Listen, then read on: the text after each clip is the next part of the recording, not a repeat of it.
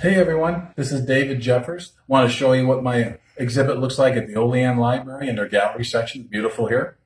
This is a story about victim to victory. It's really a story about my journey as an abused victim to finally finding victory, where I could kind of forget some of that and move on with my life. This first painting, I call It's a Complicated Story. It's complicated. When you're an abused victim, like some of you know that may be watching this video, your life is complicated. It can look great on the outside. People can think you're a perfect family, but inside there can be all sorts of turmoil. Kind of like this painting it represents. That's the turmoil that I felt. Everything looked good, but it wasn't good. Once you get into something like that, and you know your life, some people think it's great. I have this one that's called Tangled. This is the way you kind of feel. When you're an abuse victim, you're a young child, and you feel kind of tangled up in everything. You don't know what you can say, what you can't say. You don't know what's going to be accepted, what's not going to be accepted. It's a tangled mess. This is kind of my little serpent up here. It's kind of like I'm inside here trying to get out. It's almost like a maze. It's all tangled up, and there just doesn't seem to be any escape for me. That's the way you feel when you're a young child trying to figure out what's going on. This one is called Stalker. Of course, you can kind of tell where the stalker is here. It looks scary, kind of like the monster movies I watched as a young child.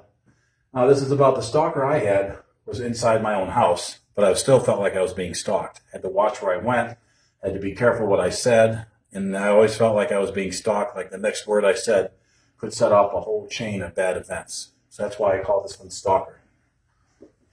This one is Web of Lies. I more call this, when I was younger and going through all this, my parents would tell people how much it would just look like if everything was going so well. I guess is the best way to describe it. But really, it was a web of lies. We weren't the perfect family. There were things going on, and a lot of secrets were kept, and things like that. It was a whole web of lies. We looked like a nice little family, but it just wasn't. It was just a web of one lie after another to look like a nice little family unit. That was quite the mess.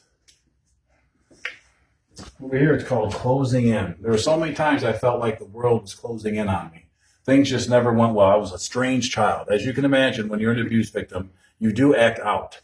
But back when it happened to me, it was several years ago, in the 70s, and late 60s, early 70s when it began. And this kind of middle part is me trying to become something, but I got to get through all this stuff that's closing in on me. There just is no escape from what you see there. I'm in here somewhere, but there's no way to get out. Wherever I look, things are going wrong. Things aren't acceptable. That's kind of the way I felt.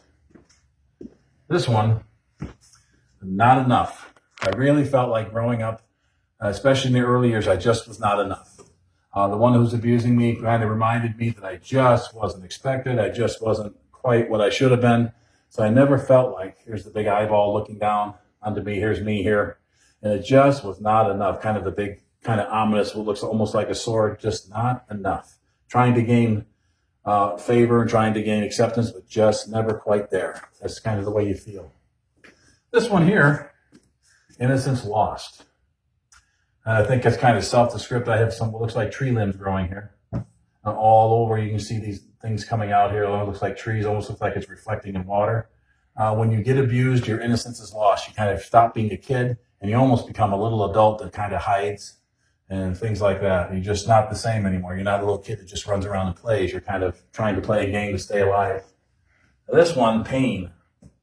It's kind of self-explanatory. Starts out okay. Here's the life I wanted to have, and kind of all this stuff washing down over top of it. It's hard to get out when you're in pain all the time.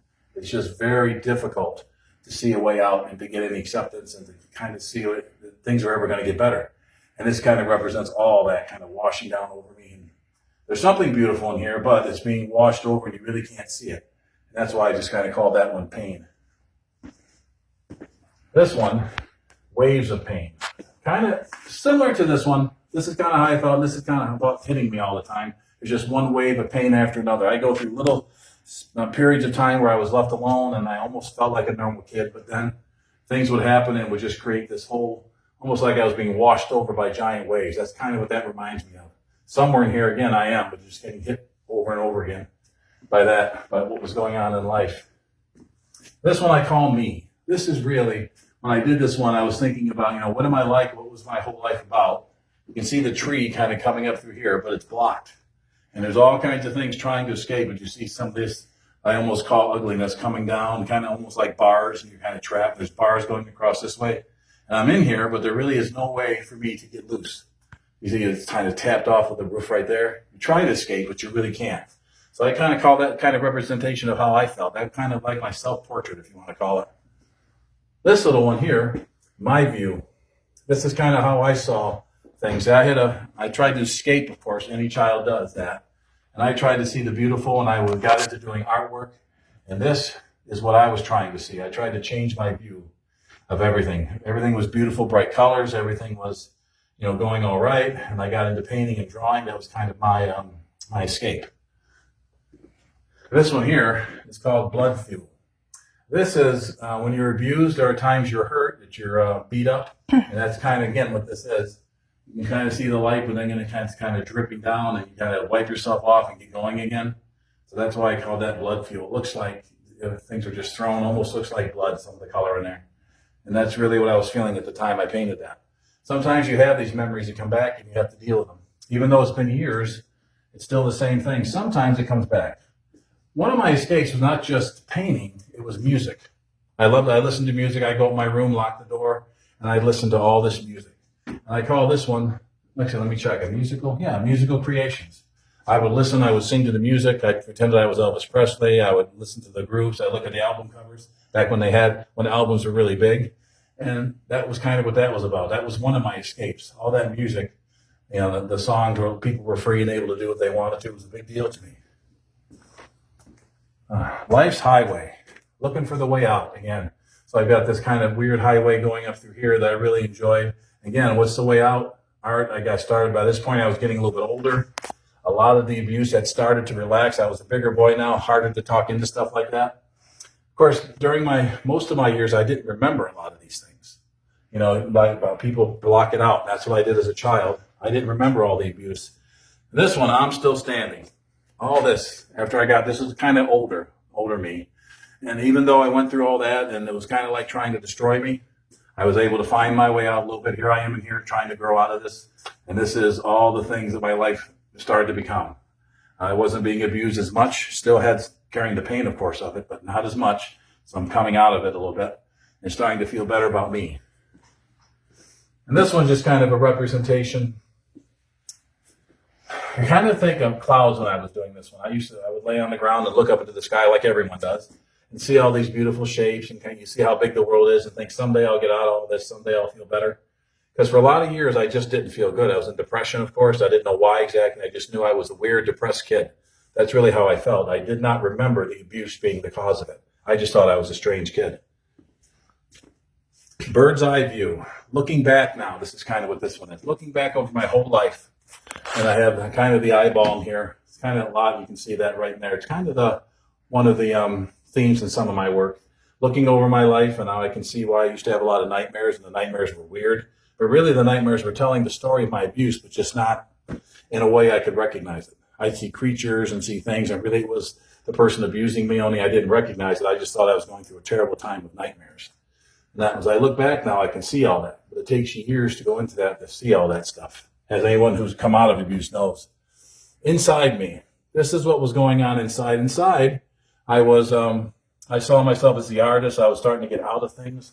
Starting to get out of feeling abused all the time, and starting to find my life and love artwork and love just doing what I did. And it was kind of on the way out. I was getting there. So I was discovering what the nightmares were about. Very difficult time. I had to get a lot of counseling.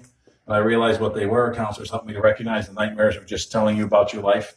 And really what you're seeing is your life, but not, you don't remember it in pictures. You remember it in funny nightmares and things that would terrorize me, creatures and situations that weren't exactly what I went through, but they really meant what I had went through. If you can understand that, it's kind of weird. And this one over here, finally, freedom. Realize going through all that stuff, realizing I wasn't just a weird kid that had something wrong with him. I wasn't going to be locked into an institution forever because I was born defective. That's really how I was made to feel. And this is the freedom that I have now, but it took many, many years to get it. But that kind of represents me now. You could call it another self-portrait. After realizing the abuse, after understanding what happened, what went on, this is the victory. The victims start where we began, and this is where I finally wound up.